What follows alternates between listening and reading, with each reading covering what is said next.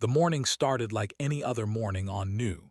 The twin suns rose over the colony, painting the sky in shades of orange and purple. The market district began to fill with people. Humans and walked the same streets, but they never truly mixed. There were the rulers here. Everyone knew it. Finished loading the last cargo container onto his transport ship. Sweat dripped down his back despite the cool morning air. He wiped his forehead and checked his schedule. 3 more deliveries today. It was honest work. Simple work. The kind of work that let him forget. His communicator buzzed. A message from his sister. Going to the market for parts. Be home for dinner. Love you. He smiled and sent back a quick reply. Was 16 now, smart as anyone he had ever met.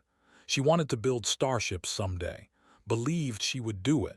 She could do anything she set her mind to. The market was busy when arrived. She loved this place. Vendors sold everything from earth spices to technology. The air smelled like cooking food and machine oil. She walked between the stalls, looking for the parts shop where Minu worked. He always saved the good salvage for her. 3 streets over, a military transport roared through an intersection. The driver was young, barely an adult by standards. He was the son of Warlord, the governor of this sector. The young was laughing, showing off to his friends in the vehicle. They were drinking something that made their scales flush darker. The transport picked up speed. Stepped off the curb, crossing toward Minu's shop. She looked left but not right. The transport came from the right. She never saw it coming. The impact threw her body 15 meters. She hit the ground and did not move. The transport did not stop. It swerved around her broken form and kept going, the laughter of the inside fading into the distance. People screamed. A crowd gathered. Someone called for medical help. Blood pooled on the street, too much blood. An old human woman knelt beside, pressing cloth against the worst wounds. The woman was crying. "Stay with us, child. Help is coming. Stay with us." The colonial ambulance arrived in 4 minutes. The medics worked fast. They could see the damage was bad, very bad. Her legs were crushed. Her spine was broken in 3 places. They loaded her onto a stretcher and rushed her to the hospital. Was making his second delivery when the call came. The voice on the other end was calm and professional, but the words made his blood turn cold. "Mr. Han, this is New General Hospital. Your sister has been in an accident. You need to come now." The cargo container fell from his hands. He ran. The hospital was white and clean and smelled like antiseptic, burst through the doors. The receptionist tried to stop him, but he pushed past her. He found the trauma wing. A doctor met him in the hallway. She was young, maybe 30. Her eyes were tired.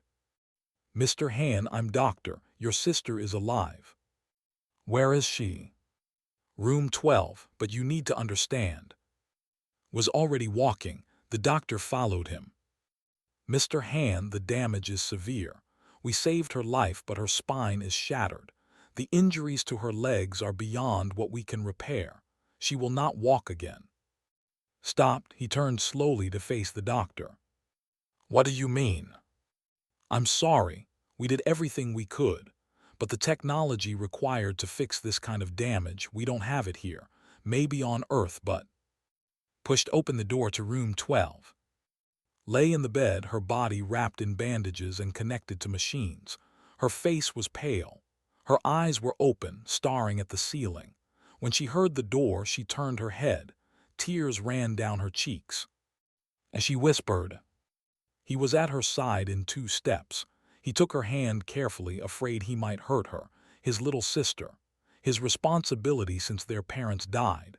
The only family he had left. I'm here. "I can't feel my legs," she said. Her voice broke. "I can't feel anything below my waist." He held her hand. He wanted to say something to make it better. He wanted to tell her it would be okay, but the words would not come. He just sat there holding her hand while she cried. Later the police came. 2 officers, both human. They looked uncomfortable. The older one did the talking. "We have the report. The vehicle was registered to the household of Warlord. His son was driving. "You arrested him?" asked. The officer looked away. "The authorities handled it. They said it was an accident. No charges will be filed."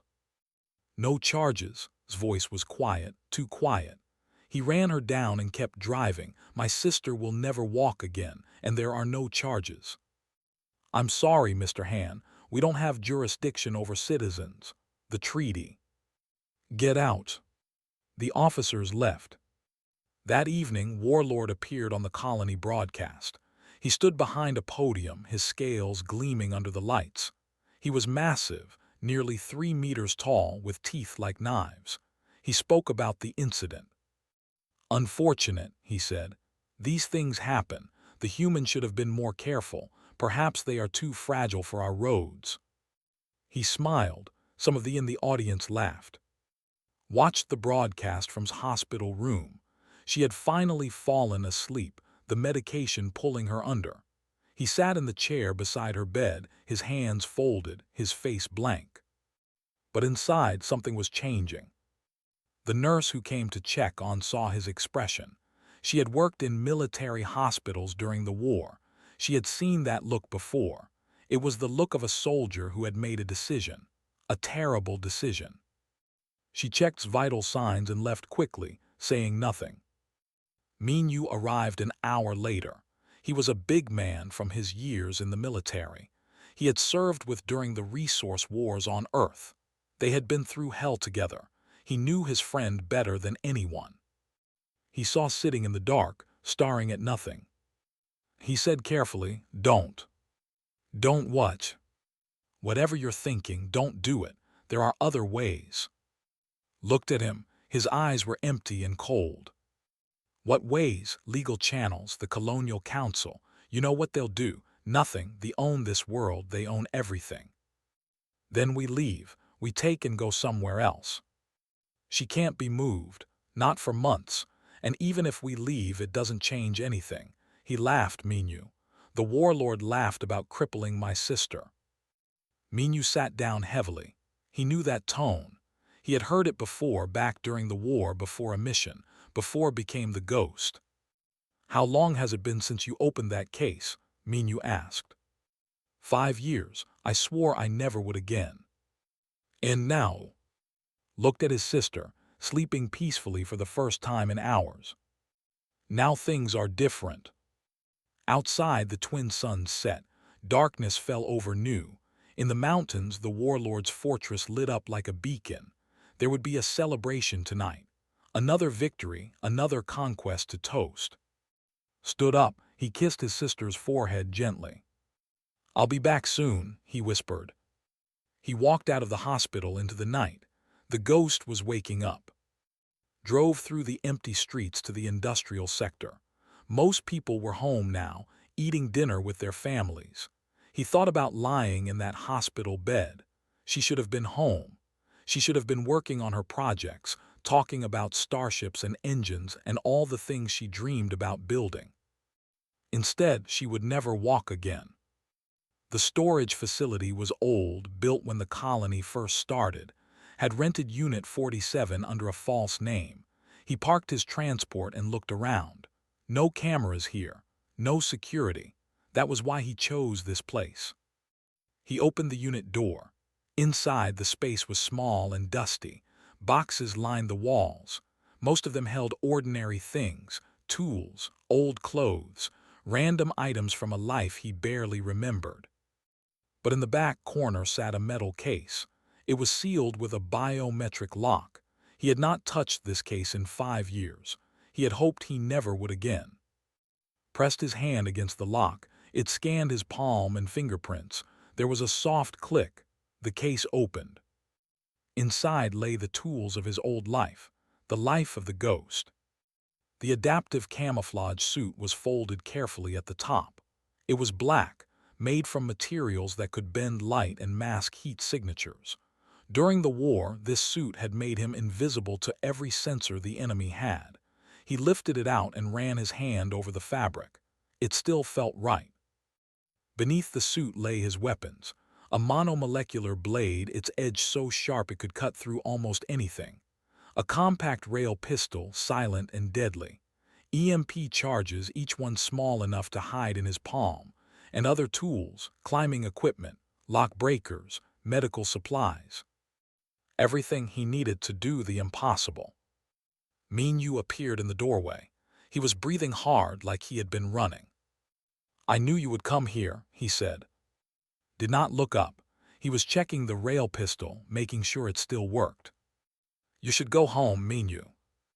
"Not until you tell me the plan. You're going after him, aren't you?" "After." "Yes." "Alone. His fortress has 200 guards, shields, automated defenses. It's a mountain stronghold. Even during the war, you never tried anything this crazy."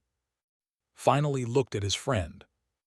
"During the war, I didn't have a reason like this." Minyu stepped into the unit. He closed the door behind him. "Then let me help. We serve together. We can do this together." "No," his voice was firm. "If this goes wrong, need someone to take care of her. That's you. I already made the arrangements. The money is in an account under your name. The hospital bills are covered. Everything she needs." "You're talking like you're not coming back." "I might not." Minyu grabbed shoulder, forcing him to turn around. "Listen to me. You're thinking like a soldier, not like a brother. Needs you alive, not dead on some revenge mission." He laughed, Minyu. He crippled her and he laughed. "If I do nothing, what does that teach her? That humans are weak, that we accept whatever they do to us. No, someone has to show them. Someone has to make them understand that we are not prey. And that someone has to be you. Who else knows how to do this? Who else has the skills, the training, the experience? I was the ghost. I did impossible missions. This is just one more." Minyu let go of his shoulder. He looked tired and sad. "When? Tonight is having a celebration. Security will be focused on the guests, not on threats from outside. It's the best chance I'll get." "How will you get in?" Pulled up a holographic display from his wrist computer. It showed a map of the fortress and the surrounding mountains. "The fortress has walls, shields, and guards, but it also has systems that need maintenance. Water, power, waste disposal. They built this place for their own kind. They're big, heavy. The maintenance tunnels are designed for their service robots. So you'll go through the tunnels." "The drainage system, actually. There's a runoff tunnel that connects to a stream 2 kilometers from the fortress. It's too small for it to fit through, but I can make it." Minyu studied the map. Even he had to admit it was a good plan. Not a safe plan, but a good one. "And once you're inside, I find I eliminate him, I leave, simple." "Nothing about this is simple." Began putting on the camouflage suit.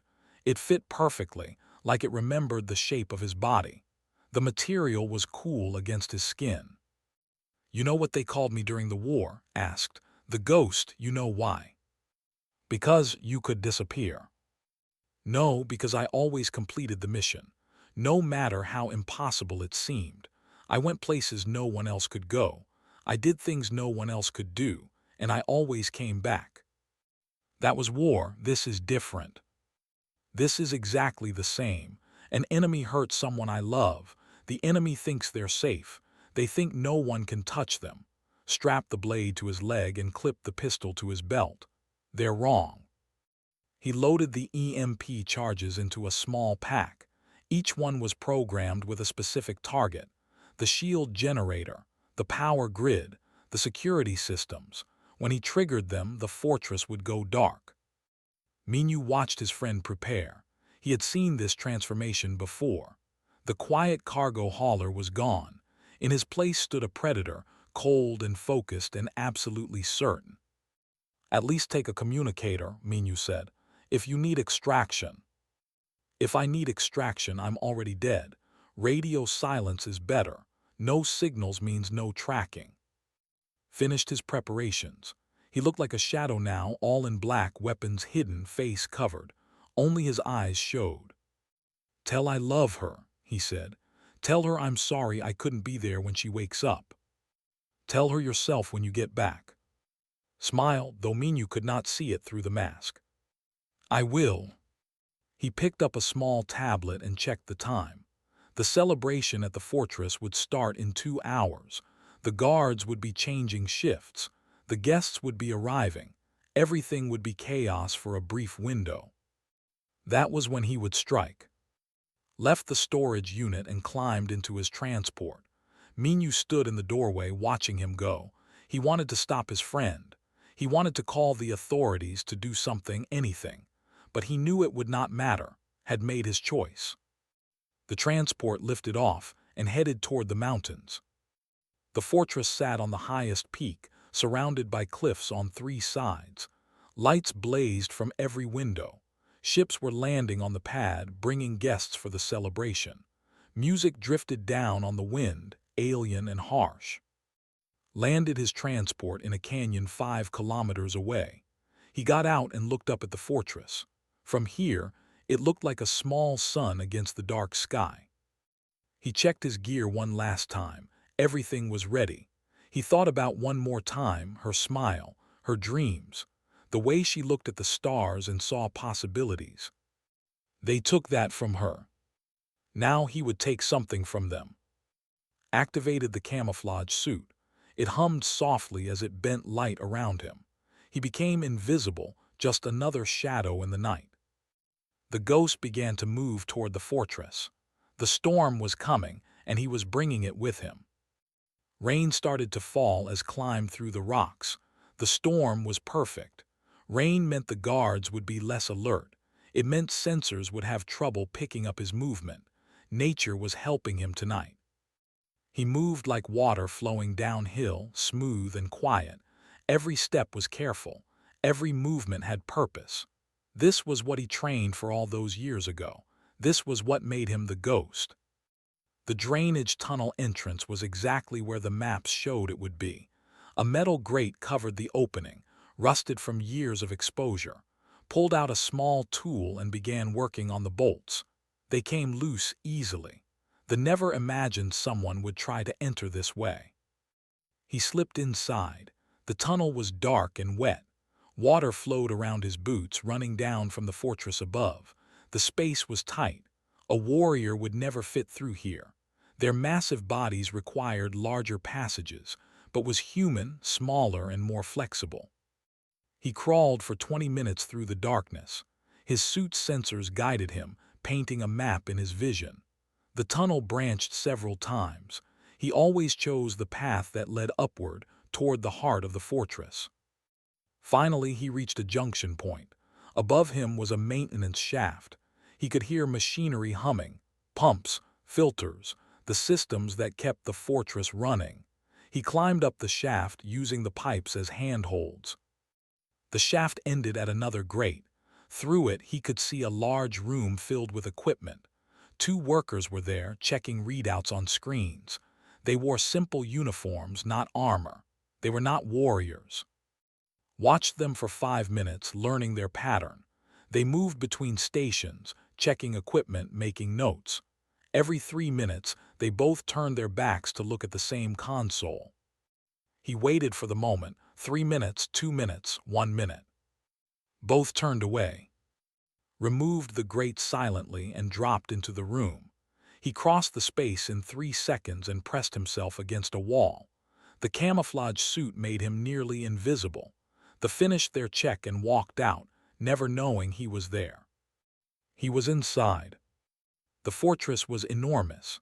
Hallways stretched in every direction, each one wide enough for warriors to move in groups. The walls were made of dark stone, carved with symbols of conquest. Lights hung from the ceiling, casting deep shadows. Moved through those shadows like he belonged to them. His suit absorbed light, making him blend with the darkness. When guards passed, he pressed against walls or slipped into alcoves. They were confident in their security. They looked ahead, not to the sides. They never looked up. That was their mistake. He climbed. The fortress had many levels but would be at the top. That was where the powerful always stayed. used maintenance ladders and ventilation shafts to move upward. Sometimes he heard voices through the walls, laughter, conversation. They were celebrating. On the 5th level, he encountered a patrol, 6 warriors in full armor carrying plasma rifles. They walked in formation, alert and ready. There was no way around them. The hallway was too narrow, too bright. Waited until they passed his hiding spot. Then he followed them from behind, staying in the blind spot directly behind the last warrior. He matched their pace exactly. When they turned, he turned. When they stopped, he stopped. They never knew he was there. They walked their entire patrol route with a ghost at their backs. He split away from them at an intersection and continued upward. More guards appeared as he climbed. Security was near the top, but had studied the fortress layout for hours. He knew where the cameras were. He knew the guard rotations. He had planned for this. The 8th level was different. This was where the celebration was happening. Music echoed through the halls, loud and rhythmic. Guests moved between rooms, drinking and talking. Warriors lined the walls, trying to look alert despite the noise and distraction. Found a ventilation grate and climbed inside. The vents were smaller here, designed for airflow rather than maintenance access. He had to crawl on his stomach, pushing himself forward with his elbows. Metal pressed against him from all sides. Through the grates below, he could see parts of the celebration. Nobles in elaborate clothing, warriors showing off their battle scars, tables covered with alien food and drink. And there, on a raised platform at the far end of the great hall, sat Warlord. The Warlord was massive even for his kind. His scales were deep red, marked with scars from 100 battles. He wore armor decorated with gold and jewels. In one hand he held a cup. In the other he held a weapon, even during celebration. He was paranoid and cruel and powerful. He was laughing at something, one of his commanders said. Watched him through the grate. This was the creature who destroyed his sister's life. This was the one who called humans fragile and weak, who laughed about the accident. Rage burned in his chest hot and bright, but he pushed it down. Rage made mistakes. Rage got people killed. He needed to be cold. He needed to be the ghost. He reached into his pack and pulled out the EMP charges. One by one, he placed them in the ventilation system. Each charge had a target: the shield generator, the power grid, the security network, the communication array. When he triggered them, the fortress would go dark, and in that darkness he would hunt. It took him an hour to place all the charges. He moved through the vents like a serpent, silent and patient. Guards passed below, never looking up. Guests laughed and drank, never imagining death crawled above their heads. Finally, it was done. All charges were in place. All systems were targeted. Positioned himself in a vent directly above the great hall. Below him, the celebration continued. Sat on his platform, surrounded by guards. Pulled out his detonator. One press of the button and everything would change. One press and the hunt would begin. He thought about one last time, her broken body in that hospital bed, her tears, her shattered dreams. He pressed the button. For a moment, nothing happened. Then every light in the fortress went out. The music stopped. The shields flickered and died. Emergency systems tried to activate but failed. Backup power struggled to come online but was blocked by the EMP pulse. The fortress was plunged into complete darkness. Screams echoed through the halls. Not screams of pain but of confusion and fear. They stumbled in the darkness, crashing into each other. Their eyes, adapted for bright light, struggled to adjust. But Suit had night vision. The darkness was his friend. He kicked open the grate and dropped into the great hall. Around him, warriors activated their infrared vision, trying to find the threat, but had planned for this too. His suit had thermal emitters that created false heat signatures throughout the room. They saw heat everywhere and nowhere. "Intruder," someone shouted, "find them." Warriors fired their plasma rifles blindly into the darkness. Bolts of energy lit up the hall in brief flashes, but they hit nothing but walls and other. The confusion grew worse. Moved between them like wind through grass. His blade found the joints in their armor, the weak points. Warriors fell, not dead but disabled. He did not want to kill unnecessarily. Only one needed to die tonight. More guards rushed into the hall from other rooms, heard their heavy footsteps. He used the sound to track them, avoiding them or striking from behind. They were powerful and well-armed, but they could not fight what they could not see. On the platform roared orders. His voice cut through the chaos. Seal the exits, lock down the fortress, find this pest and crush them. But it was too late for lockdowns. Was already inside, already hunting. The prey had become the predator, and the warlord just did not know it yet. Planted explosive charges at structural points around the hall. Not enough to bring down the building, but enough to create chaos, to separate the guards from their leader, to isolate his target. He pressed the detonator again. Explosions rocked the fortress. Walls crumbled. Support beams crashed down. The great hall split into sections, divided by rubble and fire. Warriors scrambled to reach their warlord, but paths were blocked. They shouted for him but could not reach him. Was alone on his platform, surrounded by flames and smoke and darkness. His guards fought to get through the debris, but they would be too late. Stepped out of the shadows. His suit's camouflage faded, revealing his form. He stood before the warlord, a ghost made flesh. Saw him and laughed, though the sound was uncertain now. A human, one small human did all this. Said nothing. He just moved forward, blade in hand. The hunt was ending, justice was coming. Stood to his full height. He towered over, nearly twice as tall and 3 times as heavy. His armor gleamed in the firelight. His teeth showed in what might have been a smile or a snarl. "I know who you are now," the warlord said. "The sister, the broken little human girl from the market. You came here for revenge." "I came here for justice," replied quietly. Laughed, it was a deep rumbling sound. "Justice? There is no justice. There is only power. My son wanted to drive fast. Your sister was in the way. That is how the universe works. The strong do what they want. The weak suffer." "Then let me teach you something about humans," said. "We are not as weak as you think." The warlord drew his weapon, a massive plasma blade designed for his size and strength. When activated, it burned with white-hot energy. One hit from that weapon would cut a human in half. "Come then, little ghost, show me this human strength." Swung the blade in a wide arc. It was fast for a creature so large. The air itself seemed to burn where the blade passed, but was not there anymore. He dropped and rolled, coming up on the warlord's left side.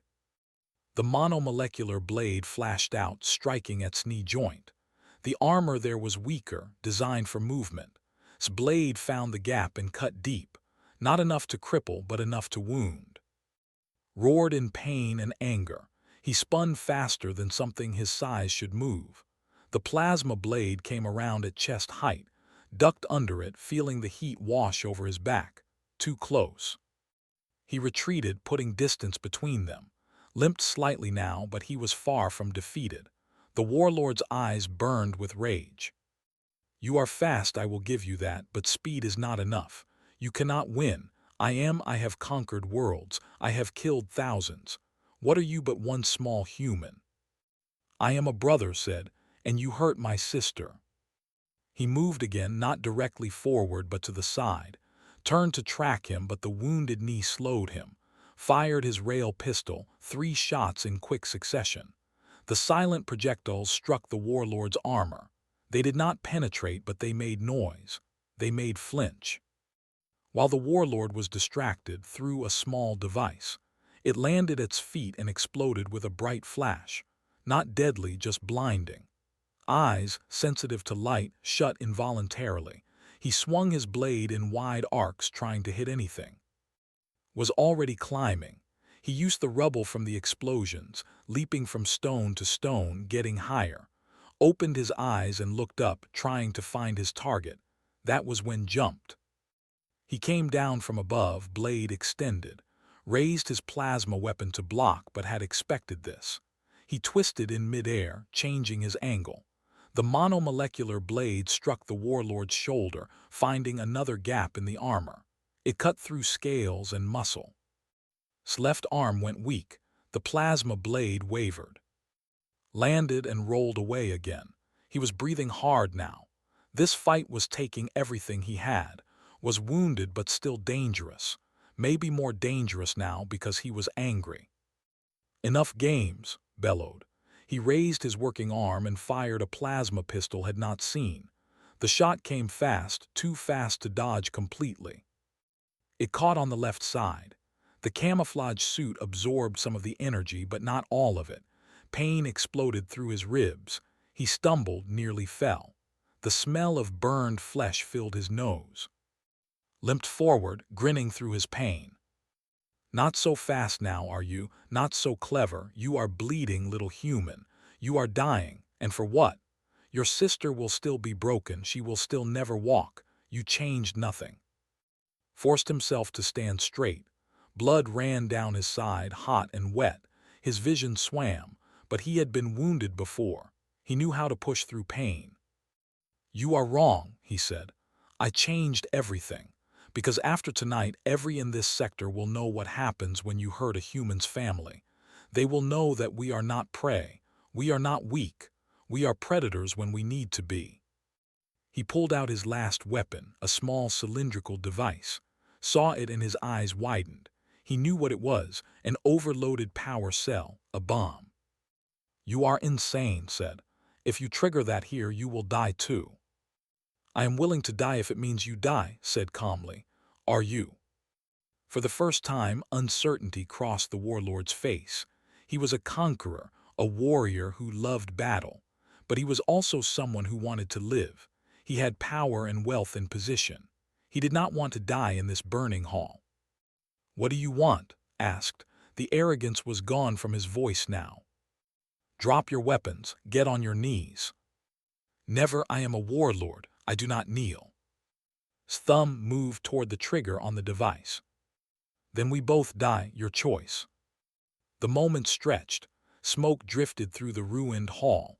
Somewhere distant, guards were still trying to break through the rubble, but they would not arrive in time. This was between and now. This was the moment that mattered. Dropped his plasma blade. It hit the floor with a heavy clang. Then slowly, the mighty warlord lowered himself to his knees. His face twisted with rage and humiliation, but he did it. Walked forward. Each step sent pain through his wounded side, but he did not let it show. Do you know why humans are dangerous? He asked.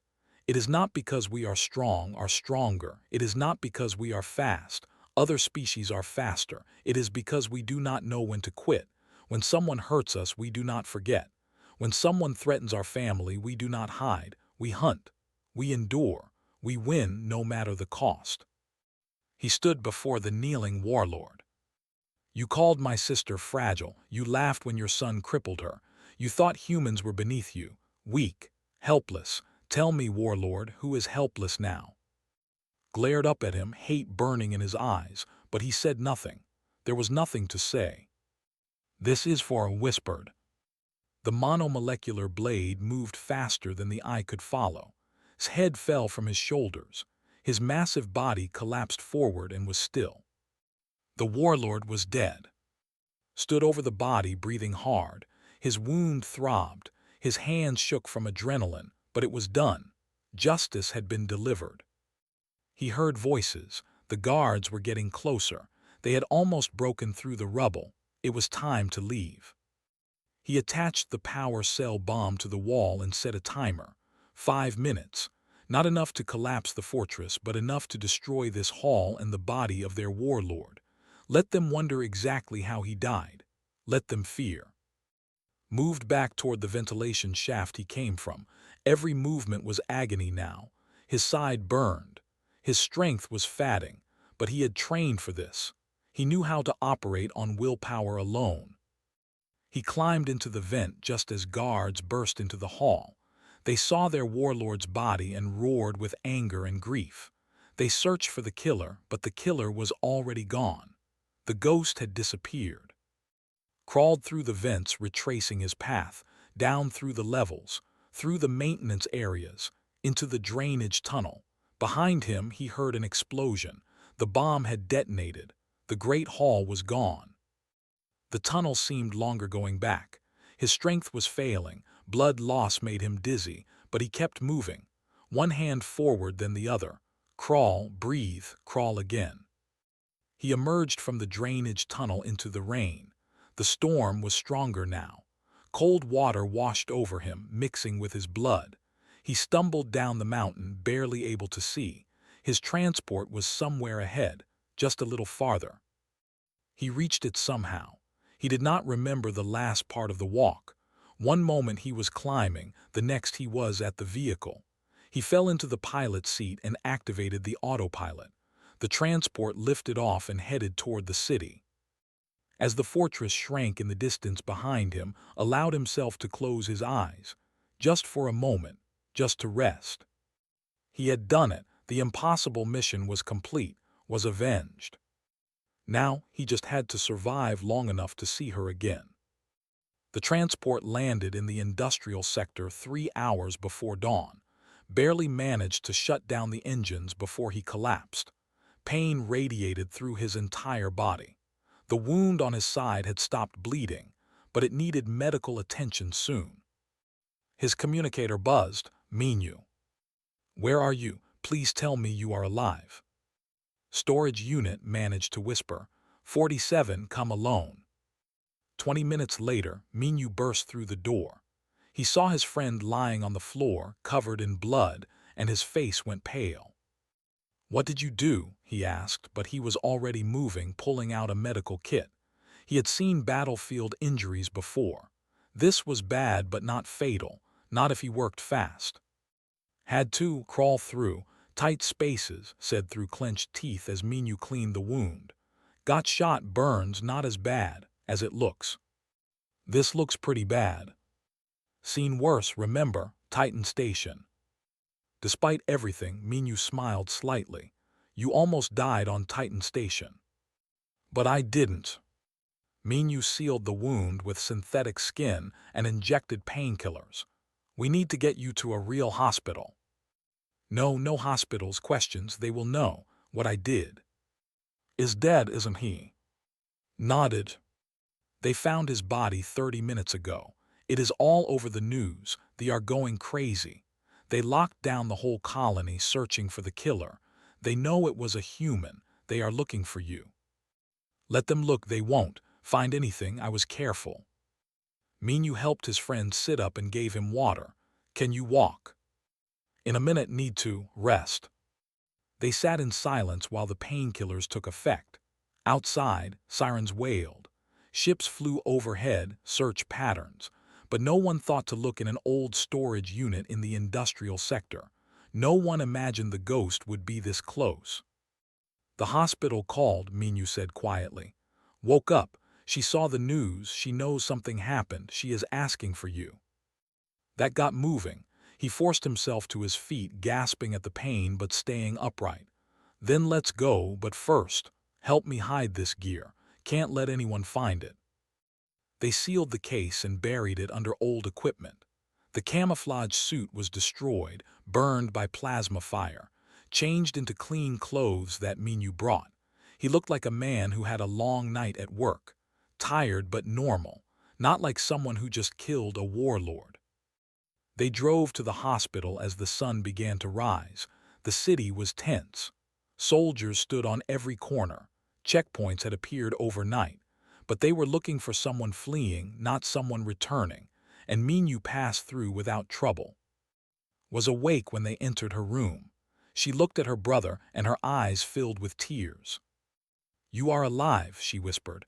"I was so scared, the news said. They said the warlord was killed. One person, 1 hour, I knew it was you." Sat beside her bed and took her hand. "I'm here, I'm safe." "You killed him for me." "He hurt you. Someone had to make him answer for that." She squeezed his hand.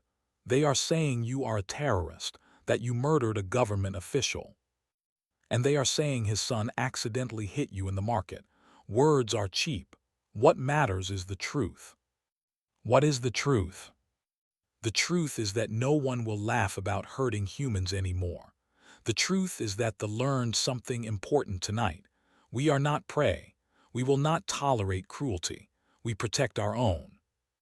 Over the next few days, the colony transformed. The authorities conducted their investigation, but they found nothing. No evidence, no witnesses, no trail. The ghost had lived up to his name. But something else happened, something unexpected. 3 days after his death, a diplomatic ship arrived. Not military, diplomatic. They requested a meeting with the Colonial Council. The humans agreed, curious about what this meant. The lead diplomat was an older, his scales graying with age. He stood before the council and spoke carefully. "Warlord's death has been examined by our high command. We have reviewed the circumstances that led to the incident, the accident involving the human girl, the response of our authorities, the warlord's public statements." The diplomat paused. "We have concluded that proper protocols were not followed. The investigation was insufficient. The victim was not given proper consideration. This does not excuse the act of violence that followed, but we understand that it was provoked." Murmurs went through the council chamber. Was admitting fault. This had never happened before. Therefore, the Empire proposes new terms. Humans will be granted equal status under law. All incidents involving humans will be investigated with the same diligence as incidents involving citizens. Reparations will be paid to the victim of the accident. And he looked uncomfortable. "We formally apologize for Warlord's statements and actions." The council accepted the terms. What choice did they have? But everyone understood what this really meant. They had learned fear. They had learned that humans, when pushed too far, were dangerous. One person had changed the balance of power between two species in a single night. This room filled with flowers and messages over the following weeks.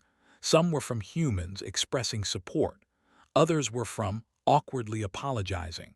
She read them all but said little. The human resistance engineers arrived a month later. They brought with them advanced prosthetics, technology that had been developed on Earth during the wars, neural interfaces that connected directly to the spine, artificial limbs that were stronger and faster than natural ones. "These are experimental," the lead engineer explained. "But we have been testing them for years. They work. You will walk again, maybe better than before." The surgery took 8 hours. When woke, she felt strange sensations in her legs, not pain exactly, but awareness. The doctor smiled at her. "Try to move your toes." She concentrated. Her toes moved. She cried, but this time with joy. The recovery took weeks. Learning to walk with the prosthetics was like learning to walk all over again. Was there for every session, watching his sister take her first shaky steps, then stronger steps, then confident strides. 3 months after the accident, walked out of the hospital on her own. She wore normal clothes. The prosthetics were hidden beneath them, but they were there, working perfectly. She looked at the same market where she had been struck down. "I am not going to be afraid," she said. "I am going to finish my training. I am going to build starships. I am going to do everything I plan to do." "I know you will," said. That evening they ate dinner together in their small apartment. Just the two of them, like old times. They did not talk about the fortress or the warlord or the investigation that had quietly closed. They talked about plans, about the future, about hope. Minu joined them later, bringing food and news. The Colonial Council is establishing a defense force, human-led. They asked me to help organize it. They want people with military experience. "Will you do it?" asked. "I think so. Times are changing. We need to be ready." He glanced at. "They asked about you too, if the ghost might be interested." "The ghost is retired," said firmly. I did what I had to do once, that is enough. But he knew the truth. The ghost was always there, waiting in the shadows. He would stay retired as long as his family was safe, but if someone threatened them again, well, they had learned that lesson. Hopefully, others would not need to learn it the hard way. 6 months later, stood at the window of her new apartment near the spaceport. She was enrolled in the Colonial Fleet Academy now, top of her class. Her prosthetic legs were better than her original ones. She could run faster, jump higher, work longer. The accident that was meant to break her had made her stronger.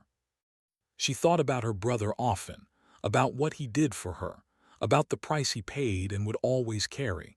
She never asked for details. She did not need to know.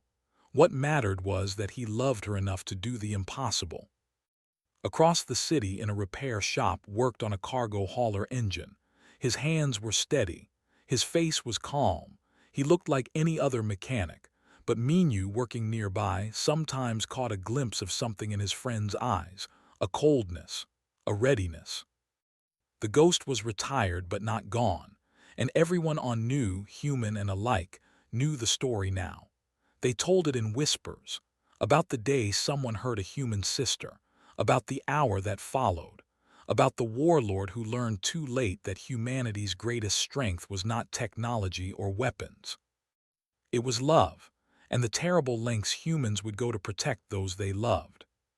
The story spread beyond New, to other colonies, to Earth, to the Empire itself. It became legend, it became warning, it became promise. They crippled a human sister. 1 hour later, their warlord was gone. And the galaxy learned what it meant to be human.